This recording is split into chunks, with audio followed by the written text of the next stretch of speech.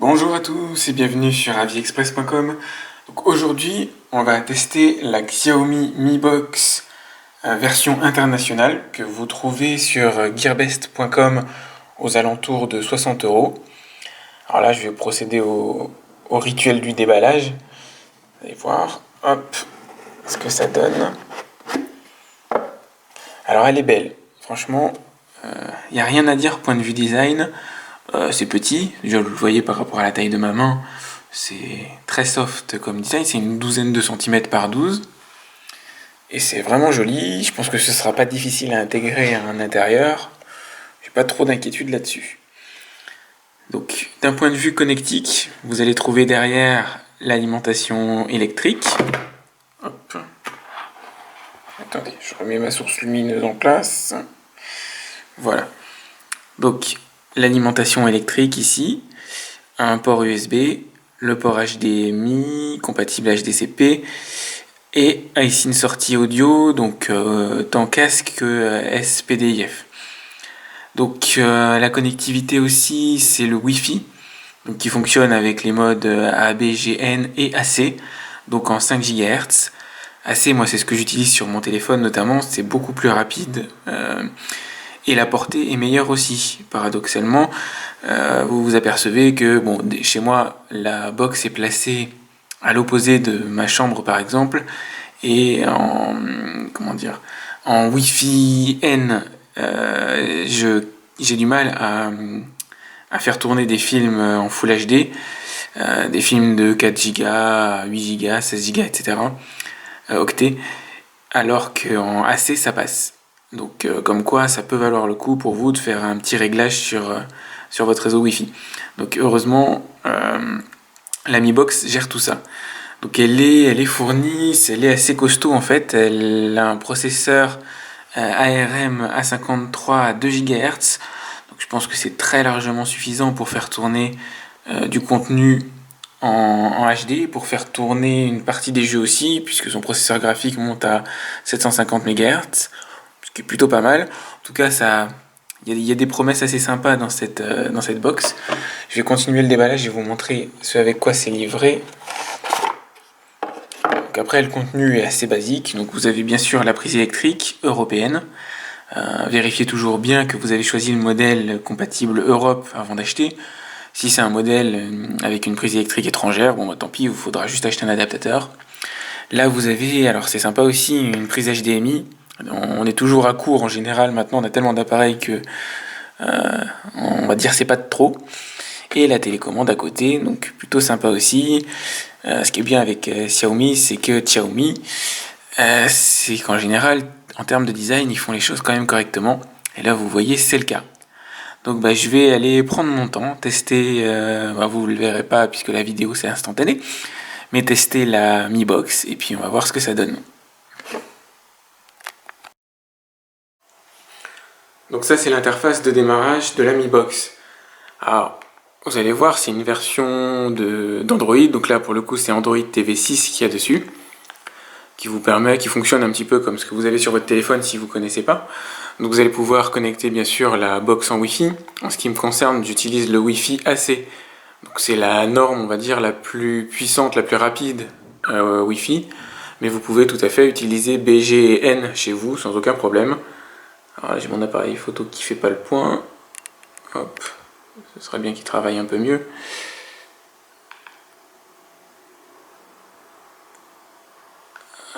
Voilà, c'est mieux. Donc bon, l'affichage, je vous montre pas tout, hein, vous pouvez changer de résolution, etc. selon le dispositif que vous utilisez. Là, je l'ai mis sur ma télé, mais j'aurais pu aussi bien le mettre sur mon projecteur, qui pour le coup d'ailleurs est un Excelvan CL720D que je vous invite à aller regarder si vous cherchez un projecteur pas cher. Vous allez pouvoir diffuser l'écran de votre téléphone sur la télé. Voilà, vous réglez le son, les applications. Je vous montre très rapidement ce que j'ai installé jusqu'ici. Donc là aujourd'hui on va parler surtout d'un jeu par exemple, et de Netflix pour regarder les films, mais on va aussi jeter un petit coup d'œil bien sûr à YouTube, etc. Hop, stockage, donc j'ai branché un disque dur sur la Mi Box. Alors j'ai eu la désagréable surprise de voir que lorsque je suis sur Netflix, comment dire, je me fais recaler, la vidéo précharge, etc. Je peux la regarder pendant 2 secondes et ensuite malheureusement ça coupe. Et je me suis aperçu que c'est parce qu'il n'y a pas suffisamment d'espace disque sur la Mi Box pour précharger en HD les films. Donc il faut y coupler une clé USB, un disque dur, etc. Quelque chose avec une capacité correcte. Prévoyez peut-être un 16 Go par exemple, à minima, pour une clé. Moi, mon disque dur fait 2 Tera, donc ça va, je suis tranquille avec ça. Pour vous permettre d'utiliser Netflix en toute tranquillité. Bon, c'est le petit biais à prévoir. Voilà, bon, pour le reste, je passe rapidement, il n'y a pas grand chose à savoir. Hop, on va rentrer dans le vif du sujet. Donc, facile, YouTube. Voilà. Vous naviguez avec la télécommande. Hop. Donc bien sûr, là, vous avez le bouton pour l'allumer et éteindre. C'est pas très clair à l'écran. Voilà. Ici, vous avez les commandes directionnelles, droite, gauche, haut, bas, entrée et au centre. Ici, pour revenir en arrière. Là, pour revenir à l'écran d'accueil. Là, pour parler. Donc il y a un micro inclus dans la télécommande. On le voit peut-être ici en bas, qui va vous permettre de dicter et donner vos ordres à la télé, à la box. Et ici, vous avez bien sûr les boutons de volume. Donc là, je vous mets un exemple rapidement. Donc elle est en 4K, ma télé, quant à elle, est uniquement en Full HD. Donc je peux pas faire mieux que mieux. Voilà. C'est vraiment sympa, il n'y a pas de coupure. Enfin, moi, mon Wi-Fi est correct. Personnellement, je suis chez Free, à 2 km du nœud, donc bon, ça passe sans trop de soucis. Hop, je reviens en arrière. Bon, YouTube, on se doutait que ça allait fonctionner, c'est pas très difficile non plus. VLC est sympa pour lire vos films dans la mesure où lui a accès directement à votre réseau. Donc en ce qui me concerne, je branche mon disque dur directement sur ma Freebox, qui me permet d'accéder, de mettre en réseau mon disque. Donc d'accéder à tout son contenu, images, vidéos, etc. Donc ça, VLC, c'est plutôt pratique à ce niveau-là. Vous avez bien sûr accès à Google Play si jamais vous avez une bibliothèque de films déjà acquis. Donc là, ce que je vais faire, on va faire un test de recherche vocale. Alors. Gravity. Voilà, ça marche nickel. De toute façon, avec Google, on sait que la reconnaissance vocale est plutôt bonne. On va jeter un petit coup d'œil rapide à la bande-annonce.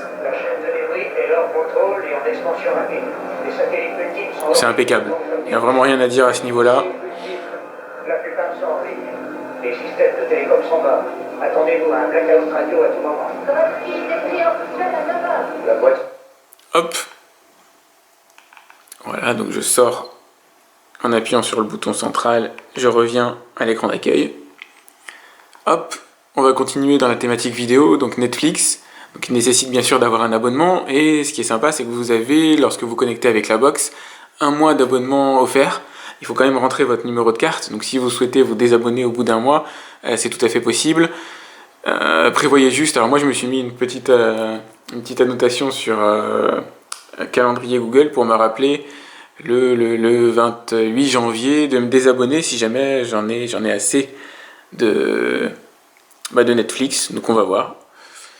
Donc tout à l'heure j'ai regardé le spectacle de Thomas N'Gijol. Hop.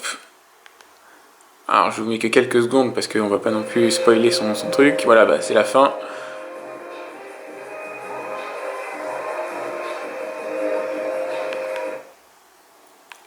Hop. Donc je vais pas vous faire la pub de Netflix, hein. Vous regardez, vous connaissez. Hop, pardon, je reviens à l'écran central. Alors, vous allez pouvoir jouer aussi. Donc moi j'ai pas la manette malheureusement, donc je peux pas vous montrer comment fonctionnent des jeux costauds. Hop. Donc vous pouvez jouer avec à certains jeux avec la télécommande. Hop.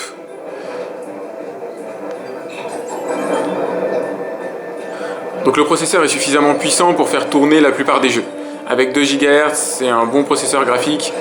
À mon avis, vous pouvez aussi du Asphalt sans problème. Alors j'ai installé Asphalt, mais j'ai pas pu y jouer malheureusement.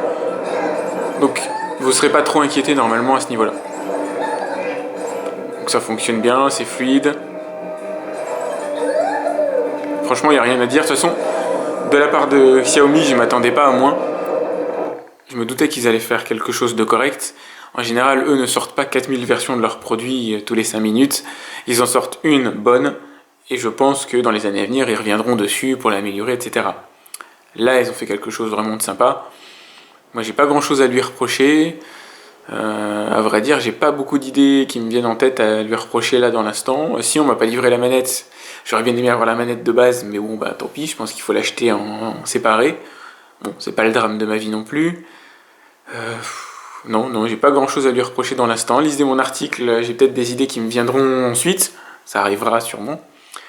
On peut brancher le téléphone, diffuser le contenu de votre téléphone directement sur la télé, comme sur une Chromecast. Donc ça, c'est vraiment, pour moi, c'est essentiel. D'ailleurs, c'est la Chromecast que j'utilise au quotidien, en tout cas que j'utilisais jusqu'ici. Donc ça me paraît vraiment vital. Vous avez accès au Play Store, évidemment. Alors, sachant que, bien sûr, c'est limité aux applications valables pour Android TV.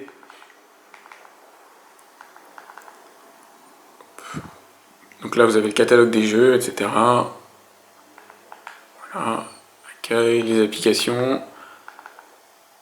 Donc je cherchais un moyen d'accéder à ma Freebox avec l'application Free, et ben on ne les trouve pas, Freebox Compagnon pour le coup. Donc vous n'avez pas le trouvé, je ne l'ai pas trouvé. Et ben voilà, c'est pas packagé pour Android TV malheureusement. Donc voilà, en résumé, franchement, pour moi c'est tout bon. Ça remplace sans aucun problème, mais même avec plaisir, une Chromecast, ou c'est un complément éventuellement à utiliser dans des cadres peut-être différents. Sur une télé ou sur un projecteur, vraiment c'est impeccable, donc faites-vous plaisir. C'est clair que c'est un bon achat, pour moi il n'y a aucune raison d'être déçu avec cette box là. Vous l'avez vu, elle est belle, elle est vraiment fine, petite, discrète, la télécommande fonctionne super bien. Il n'y a rien à dire, la dictée fonctionne aussi super bien. Donc, voilà, pas grand chose à lui reprocher. Si je trouve du négatif, encore une fois, jette un œil sur mon article, et j'essaierai de le mettre. Ouais, je vais me forcer à ce niveau-là.